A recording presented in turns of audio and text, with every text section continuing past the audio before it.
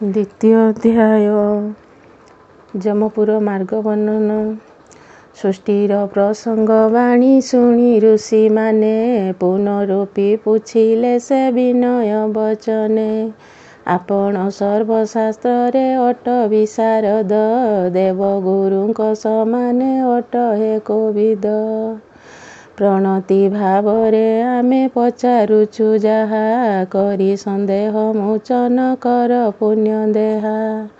ଆପଣଙ୍କ ମୁଖରୁ ଯେ ଅଛୁ ପୂର୍ବେ ଶୁଣି, ଦେବମାର୍ଗ ସୁଖପ୍ରଦ ଅଟେ ପୁଣ୍ୟ ଖଣି। ବର୍ତ୍ତମାନ ଶୁଣିବୁ ହେ ଇଚ୍ଛା ଆମ୍ଭ ମନ, ଯମମାର୍ଗ ଭୟଙ୍କର ଅତି ଗହନ।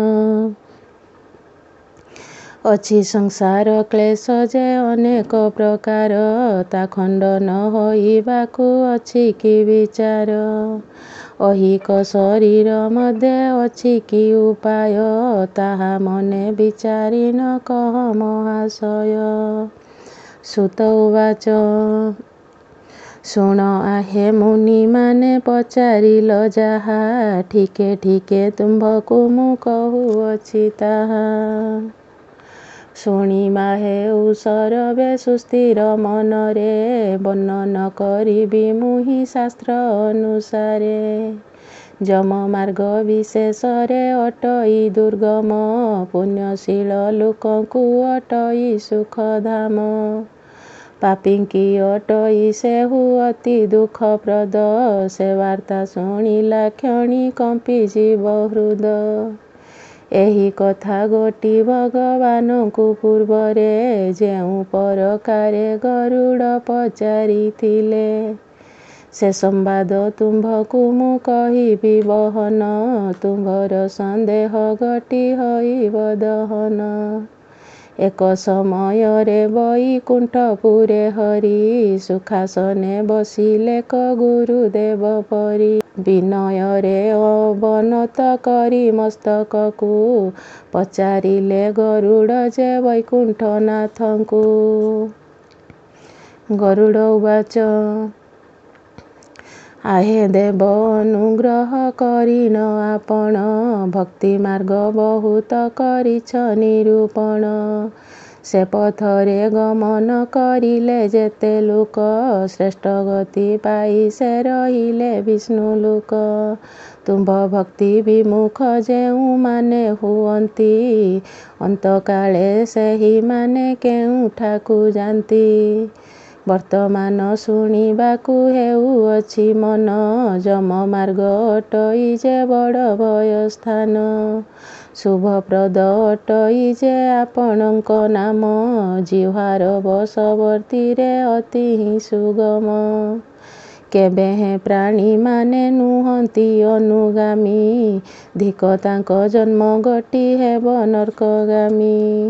ଏଣୁ କରି ମୋତେ କହିବାଟି ଭଗବାନ, ପାପୀମାନଙ୍କର ଗତି ହୋଇବ କେଶନ। ଯମମାର୍ଗ ଅଟଇ ଯେ ଅତି ଦୁଃଖମୟ, କେଉଁପରି ସେମାନଙ୍କୁ ମିଳେ କ୍ଳେଶଚୟ। ଶ୍ରୀବିଷ୍ଣୁ ଉବାଚ ତାହା ଆମ୍ଭେ କହୁଅଛୁ ଶୁଣ ପକ୍ଷୀଇନ୍ଦ୍ର, ସେହି ମାର୍ଗ ଅନ୍ଧକାର ନାହିଁ ସୂର୍ଯ୍ୟ ଚନ୍ଦ୍ର। ପାପୀମାନେ ସେ ପଥରେ ନରକକୁ ଯାନ୍ତି, ତାହା ଶୁଣିଲେ ନିଶ୍ଚୟ ହେବ ତୁମ୍ଭ ଭୀତି। ଯେଉଁମାନେ ପାପ କାର୍ଯ୍ୟେ ହୋଇଥାନ୍ତି ରତ, ଦୟା ଧର୍ମ ତ୍ୟାଗରେ ନୁହନ୍ତି ବଡ଼ ଦକ୍ଷ। ଉତ୍ତମ ଶାସ୍ତ୍ର ଛାଡ଼ି ନ ଦୁଷ୍ଟ ସଙ୍ଗ କରେ, ସାଧୁ ସଙ୍ଗ କେବେ ହେଲେ ଚିତ୍ତରେ ନ ଧରେ। ଆମ୍ଭେ ବଡ଼ ବୋଲି ଯେ କରଇ ଅଭିମାନ, ପୂଜ୍ୟ ଲୋକମାନଙ୍କୁ ନ କରଇ ଗଣନ। ଆସୁରିକ ଭାବ ସେହି କରଇ ଗର୍ବରେ, ସ୍ୱଧର୍ମ ଜୀବିକାକୁ ଯେ ଆଚାର ନ କରେ। ପରଧନ ପର ଦ୍ୱାରରେ ଥାଇ ଆସକ୍ତ, ତାହା ପାଇବା ଆଶାରେ ଥାଏ ଅନୁରକ୍ତ। ଚିତ୍ତେ ବହୁ ପ୍ରକାରରେ କରୁଥାଇ ଭ୍ରାନ୍ତି, ମୋହଜାଲରେ ଆବୃତ ମନକୁ କରନ୍ତି। କାମ ଭୋଗରେ ଚିତ୍ତକୁ କରଇ ଜଡ଼ିତ, ଅସୁଚି ନରକେ ସେହି ପଡ଼େ ଇଚ୍ଛା ମତ। ଯେଉଁ ମନେ ଜ୍ଞାନଶୀଳ ଗୁଣରେ ଯୁକ୍ତ, ସେହିମାନେ ଯମ ମାର୍ଗ ହୋଇଯାନ୍ତି ମୁକ୍ତ। ପାପଶୀଳ ଲୋକେ ନରକରେ ପଡ଼ନ୍ତି, ଯମଯାତନା ଦୁଃଖକୁ ଅଚିରେ ଲଭନ୍ତି। ପାପୀମାନଙ୍କୁ ପୁନଶ୍ଚ ଏହି ଦିଏ ଦୁଃଖ, ପରଲୋକେ ଯେଉଁପରି ଗତି ହୁଏ ତାକ୍ଷ। ସ୍ଥୂଳ ଶରୀର ଯହୁଁ ପତନ ହୋଇଯାଏ, ଯେଉଁପରି ଯାତନାକୁ ସୂକ୍ଷ୍ମ ଦେହ ପାଏ। ପାପ ପୁଣ୍ୟ ଅବଶ୍ୟଟି ଭୋଗ କରିବାକୁ, ପୂର୍ବାର୍ଜିତ କର୍ମ ଅନୁସାରେ ମିଳେ ତାକୁ। କର୍ମଯୋଗ ମତରେ ତାହାରେ ସେ ଦେହରେ, କର୍ମ ଅନୁରୂପ ବ୍ୟାଧି ଦୃଶ୍ୟତା ଶରୀରେ। ସେହି ବ୍ୟାଧି ଦେଖି ନ ହୁଅଇ ଚିନ୍ତାଯୁକ୍ତ, ବଞ୍ଚିବାର ଆଶାରୁ ସେ ହୁଅଇ ବିରତ। ଭୋଗବିଳାସ ମନରୁ ହୁଅଇ ଅନ୍ତର, ଅହିମୂଷିକ ପରାଏ ବ୍ୟାଧି ତା ଶରୀର। ତଥାପି ଶେଷ କାଳକୁ ହେବ ତା ନ ଜାଣି, ପୁତ୍ର ଦ୍ୱାରା କଳତ୍ରକୁ ଭାବୁଥାଏ ପୁଣି। କହିବାକୁ ମୁଖେ ତା ନ ଆସଇ ଉତ୍ତର, ବ୍ୟାକୁଳ ହୋଇ ନ ଥାଏ ହୃଦୟ ଭିତର। ଅହିକେ ଏହିପରି ଭୋଗ କରଇ ଦୁଃଖ, ପରଲୋକର ଯାତନା ଶୁଣ ପକ୍ଷୀ ଦକ୍ଷ। ସ୍ଥୂଳ ଶରୀର ଯାତନା ହୁଅଇ ଆବୃତ, ବ୍ୟାକୁଳେ ଶରୀର ତାର ହୁଏ ଅଶକତ। ତହିଁ ମଧ୍ୟରୁ ନିଜର ଶରୀରକୁ ଧରି, ବଳାତ୍କାରେ ଗଳାରେ ତା ଫାଶ ବାନ୍ଧି କରି। ନିଅନ୍ତି ବହୁତ ଦୂର ମଧ୍ୟେ କରି ତାକୁ, ରାଜଦୂତେ ଯେଉଁପରି ଆଣନ୍ତି ଚୋରକୁ। ସେହିପରି ଯମଦୂତେ ଧରି ନ ନିଅନ୍ତି, ତର୍ଜନ ଗର୍ଜନ ଘାତେ ମେଦିନୀ କମ୍ପାନ୍ତି। କହୁଥାନ୍ତି ମୁଖରେ ସେ ଭୟ କଥା ମାନ, ନରକ ଯାତନାର କଷ୍ଟକୁ ପୁନଃ ପୁନଃ। ଆରେ ରେ ଦୁଷ୍ଟ ଆତ୍ମା ସତ୍ୱରେ ତତେ ଯହିଁ, ଜଳୁଅଛି ଅଗ୍ନି ପକାଇବୁ ତହିଁ ନେଇ। କୁମ୍ଭୀପାକ ଆଦି ନରକଟି ଅଛି ଯେତେ, ଆଜ ନେଇ ବେଗ କରି ପକାଇବୁ ତତେ। ତାଙ୍କଠାରୁ ଏହିପରି ବାକ୍ୟ ଶୁଣି କରି, ନୂତନ ବଧୂ ପ୍ରାୟ କରୁଦନ ଆଚରି। ଅତି ଖେଦେ ଉଚ୍ଚ ସ୍ୱରେ କରଇ ବିଳାପ, ଯାତନା ଦିଅନ୍ତେ ସେହି ଦିଶଇ ବିରୂପ। ତାହାଙ୍କ ତାଡ଼ନା ଘାତେ ଦେହ ଛିନ୍ନ ଛିନ୍ନ, ଦୁର୍ଜନ ଶୁଣନ୍ତେ ନ ହୁଅଇ କମ୍ପମାନ। ପଥ ମଧ୍ୟରେ ଭକ୍ଷ୍ୟ ଭୋଜ୍ୟକୁ ନ ପାଇନ, ଆର୍ତ୍ତନାଦରେ କରଇ ପାପକୁ ସ୍ମରଣ।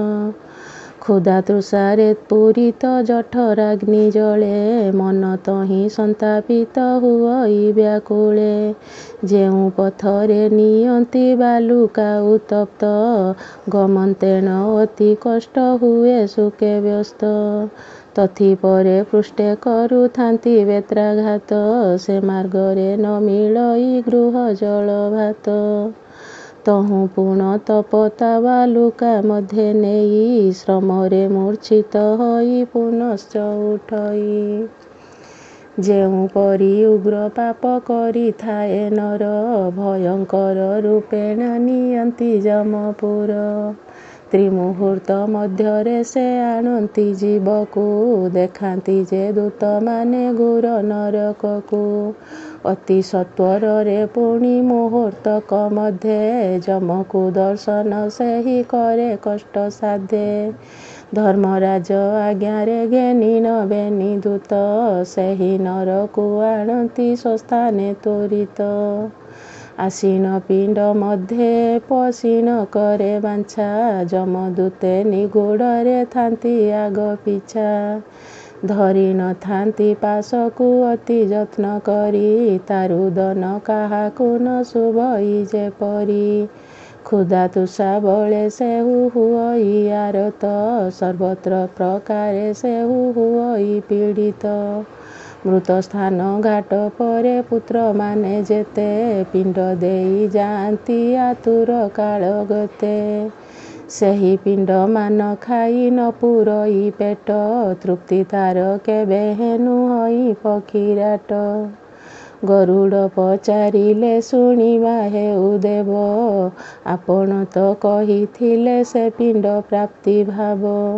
କ୍ଷୁଧାବନ୍ତ ଲୋକଙ୍କୁ ଯେ ଯେତେ ଅନ୍ନ ମିଳେ, ଅତୃପ୍ତି ହୁଅଇ କିବା ସେଇ ଏ ଶୟଳେ।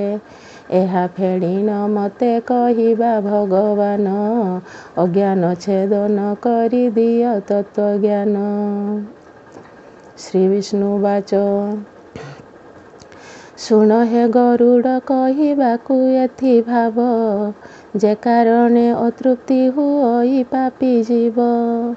ଶ୍ରାଦ୍ଧ ଜଳେ ଅଞ୍ଜଳି ଦାନକୁ ଆଦି କରି, ଶେଷ କ୍ରିୟା ପୁତ୍ରେ କରିଥାନ୍ତି ସ୍ମୃତି ଧରି। ମନ୍ତ୍ର ବଳେ ସେ ପିଣ୍ଡ ମିଳେ ତାହାକୁ ଯାଇ, ପାପ ବହୁ ଥିବାରୁ ଗର୍ଭରେ ତା ମିଳାଇ। ଏଣୁ କରି ସନ୍ତୋଷ ନୁହଁଇ ତାର ଜୀବ, ଭକ୍ଷର କରିଲେ ସୁଧା ନୁହେଁ ଶାନ୍ତି ଭାବ। ପ୍ରାୟଶ୍ଚିତ ସ୍ୱରୂପରେ ତୃପ୍ତି ତା ନ ହୁଏ, ପାପ କ୍ଷୟ ହେବା ପାଇଁ ଦଣ୍ଡେ ଜନ୍ତୁରାଏ। ଅବଶେଷରେ ବୃଜିନ ଯେତେକ କହଇ, ତାହା ନାଶ ନିମିତ୍ତେ ସେ ନରକେ ଭୁଞ୍ଜଇ।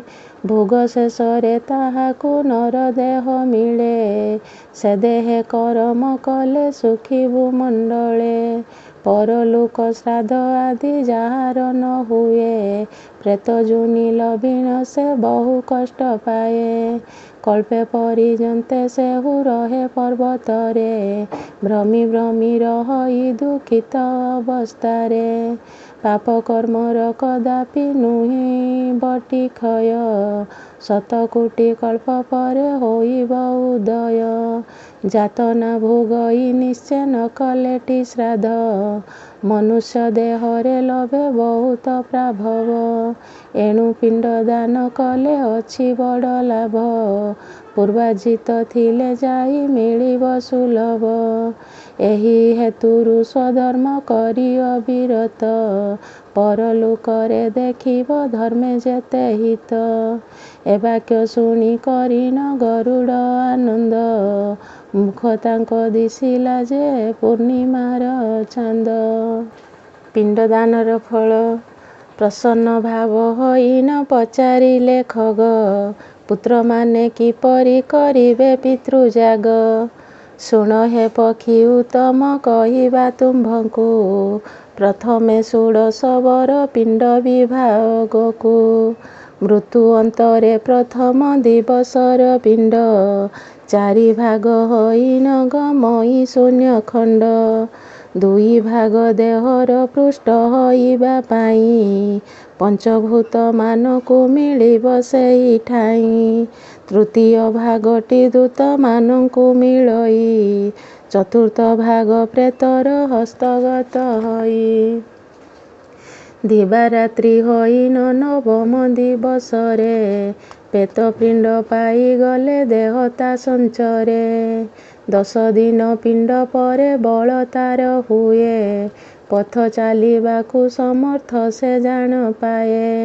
ପିଣ୍ଡରୁ ପିଣ୍ଡ ଜାତ ଯେ ଶାସ୍ତ୍ରର ପ୍ରମାଣ, ଶ୍ରୀମୁଖ ବଚନ ଏହା ନୁହେଁ ଅପ୍ରମାଣ।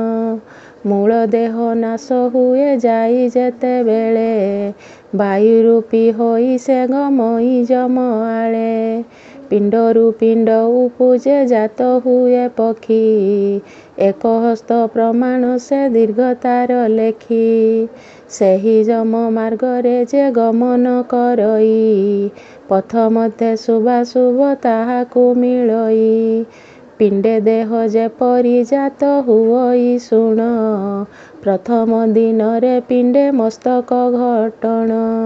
ଗଳା ସ୍କନ୍ଧ ଦୁହେଁ ଦ୍ୱିତୀୟର ପିଣ୍ଡ ହୁଏ, ତୃତୀୟରେ ପିଣ୍ଡ ଦେଲେ ହୃଦୟ ଜନ୍ମାଏ। ଚତୁର୍ଥ ଦିନରେ ପିଣ୍ଡ ଜନ୍ମେ ପୃଷ୍ଠଭାଗ, ପଞ୍ଚମ ଦିନଟି ନାଭି ହୁଅଇ ସଂଯୋଗ। ଷଷ୍ଠ ପିଣ୍ଡରୁ କଟି ଓ ଗୁହ୍ୟ ଦୁହେଁ ଜାତ। ସପ୍ତମ ପିଣ୍ଡରୁ ହୁଏ ଗୁଳ୍ଫାଦି ସମ୍ଭୂତ। ଅଷ୍ଟନବ ପିଣ୍ଡରୁ ଯେ ଜାନୁପାଦ ହୁଏ। ଦଶମ ପିଣ୍ଡଟି କ୍ଷୁଧା ତୃଷାକୁ ଜନ୍ମାଏ। ଏହି ପ୍ରକାରେ ପିଣ୍ଡ ଯେ ଦେହକୁ ଆବୋରି।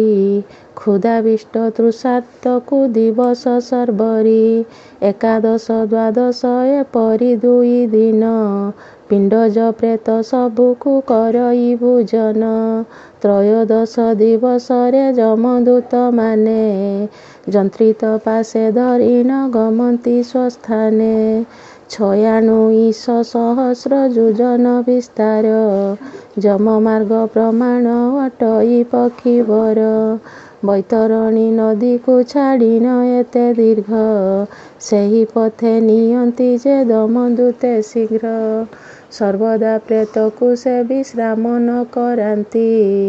200 ଯୋଜନ ଦିନକରେ ନିଅନ୍ତି। ଏହିପରି ରାତିରେ ଗମନର ପ୍ରମାଣ। ଅହୋରାତ୍ରରେ 4,007 ଯୋଣ। ଏହିପରି ଅତିକ୍ରମ କରି ସେ ମାର୍ଗକୁ। ବିଶାଳପୁର ପଡ଼ଇ ଯମ ସଦନକୁ। ଏହି ପୁରମାନ ଯହୁଁ ହୁଅଇଟି ଶେଷ। ପାତକୀ ଜନ ମିଳଇ ଧର୍ମରାଜ ଦେଶ। ଅତ୍ୟନ୍ତ ଶୋଭନୀୟ ଅଟଇ ଯମପୁର। ପ୍ରଥମେ ପଡ଼ଇ ହିମଗିରି ଉଚ୍ଚତର। ଅଛି ତାହା ଶେଷରେ ଗନ୍ଧର୍ବ ନାମେ ଗିରି। ତହିଁରେ ପ୍ରବେଶ ହୁଅନ୍ତେ ଶରୀର ପାଶୋରି। ଅତି କଷ୍ଟରେ ତାହାକୁ ପାର ହେବ ଯହୁଁ। ଦୁଷ୍ଟ ପାପୀମାନଙ୍କର ବାସ ପଡ଼େ ତହୁଁ। ବିଚିତ୍ର ଭବନ ସେ ଯେ ଅଟେ ସୌରୀପୁର। ବଡ଼ ଆପଦ ତହିଁରେ ଦୁଃଖ ବଳିୟାର। ଅନେକ ପରକାରରେ ପାରଇବୁ ବାଳି। ତପତଭୂମି ପଡ଼ନ୍ତେ ଯେତେ ହାଲ ହୁଳି। ଅଗ୍ନିପ୍ରାୟକ ଜଳ ବର୍ଷଣ ହୁଏ କେତେ। ଶୀତଳ ଜଳ ବୃଷ୍ଟି ହୁଅଇ ଅପ୍ରମିତେ। ଏହିପରି ବହୁବିଧ ଧର୍ମରାଜପୁର। ଦକ୍ଷିଣ ମାର୍ଗର ପୁଣ ଅଟଇ ବିଚାର। ବାମ ଦକ୍ଷିଣ ହୁଅଇ ହାତେ ପାଶ ଧୃତ। ପାପୀ ବିକଳେ ରୁଦନ କରଇ ବହୁତ। ଯେତେବେଳେ ସ୍ୱଗୃହରେ ହୁଅଇ ବିଗତ।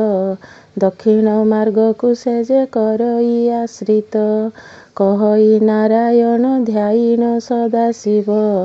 ହରି ହରି ଶବଦରେ ନାମ ପ୍ରକଟିତ। ଏହା ମଦୁଷକୁ କ୍ଷମା କର ସାଧୁବୃନ୍ଦ।